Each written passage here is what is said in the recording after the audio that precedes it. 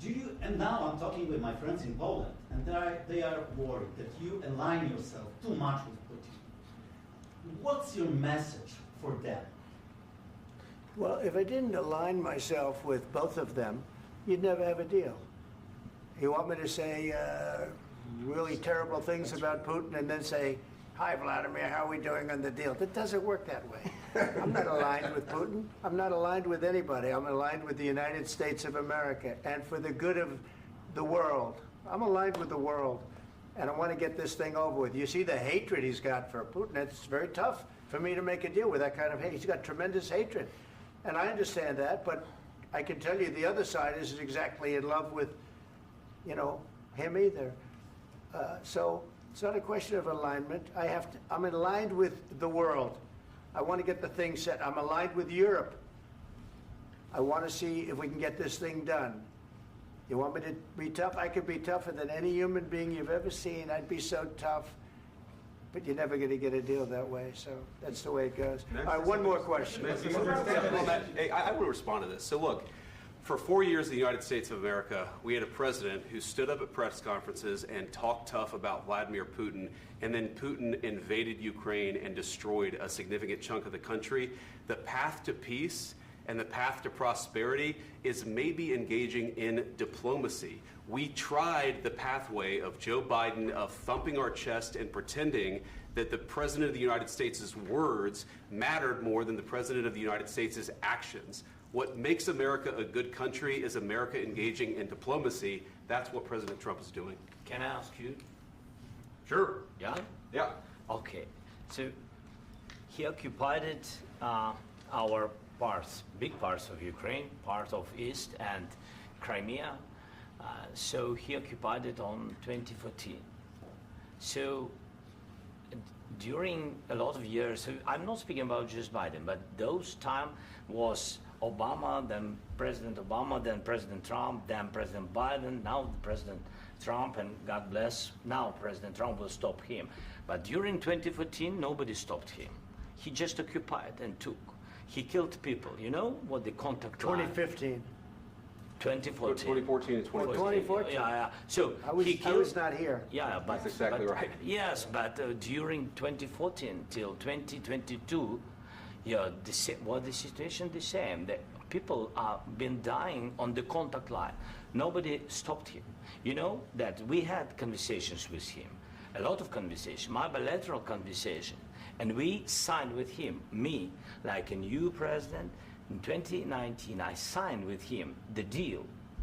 I signed with him, Macron and Merkel, we signed ceasefire. Ceasefire, all of them told me that he will never go. We signed with him with gas contract. Yes, but after that, he broken this ceasefire. He killed our people and he didn't exchange prisoners. We signed the exchange of prisoners, but he didn't do it. What kind of diplomacy, JD, you are speaking about? What do you mean? I'm talking about the kind of diplomacy that's going to end the destruction of your country. Yes, but if you Mr. President, with respect, I think it's disrespectful for you to come into the Oval Office and try to litigate this in front of the American media. Right now, you guys are going around and forcing conscripts to the front lines because you have manpower problems. You should be thanking the President for trying to bring an end to this conflict. Have you ever been to Ukraine that you say what problems we have? I have been to. Come once. I've actually watched and seen the stories, and I know what happens is you bring them on a propaganda tour, Mr. President. Do you disagree that you've had problems bringing people into your military? And do you think that it's respectful to come to the Oval Office of the United States of America and attack the administration that is trying to prevent the destruction of your country? A lot of questions. Let's start from the beginning. Sure. First of all, during the war, everybody has problems, even you, but you have nice ocean and don't feel now, but you will feel it in the future. God bless. You don't know that. God bless. You God bless. You will not have a war. Don't tell us what we're going to feel. We're trying to solve a problem. Don't tell us what we're going to feel. I'm not telling you. Because you're in no position to dictate that. That's exactly what you're doing. You're in no position to dictate what we're going to feel. We're going to feel very good. You will feel influence. We're going to feel very good and very strong. You will feel influence. You're right now not in a very good position. You've allowed yourself to be in a very bad position, and he happens to be right about it. From the very beginning of the war. You're not in a good position. You don't have the cards right now. With us, you start having not cards. Playing cards. Right now, you don't. You're playing cards. You're playing cards. Serious. You're gambling with the lives of millions of people. You're gambling with World War III. You're gambling with World War III. And what you're doing is very disrespectful to the country, this country. That's back to you. Far more than a lot of people said they should have. Have you said thank you once? This a entire lot of meeting? times. No, in this Even entire today, meeting, have you said thank even you? today. You went to Pennsylvania and campaigned for the opposition in October. Offer some words of appreciation for the United States of America and the president who's trying to save your country.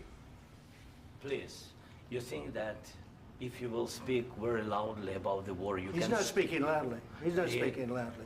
Your country's in big trouble. Can I Wait a answer? minute. No. Can You've I done a lot answer? of talking. Your country is in big trouble. I know. You're not I winning. know. You're not winning this. You have a damn good chance of coming out okay because of us. Mr. President, we are staying in our country, staying strong from the very beginning of the war. We've been alone, and we are thankful. I said thanks You haven't in been this alone. cabinet, You and haven't not been only alone. in this cabinet. We gave you, through I this said stupid president, $350 billion. You voted we gave for you your military president. equipment, You and you voted men for are your brave, president. but they had to use our military. What about West? If you didn't have You our invited military me- equipment, you invited if me you to didn't speak. have our military equipment, this war would have been over in 2 weeks. In 3 days, I heard it from Putin. In 3 days, this is something Maybe new. less. In 2 weeks, of course, yes. It's going to be a very hard thing to do business like this. I Again, tell you. just say thank you. I said a lot of times that there, thank you accept to that- American people. Accept that there are disagreements, and let's go litigate those disagreements rather than trying to fight it out in the American media when you're wrong.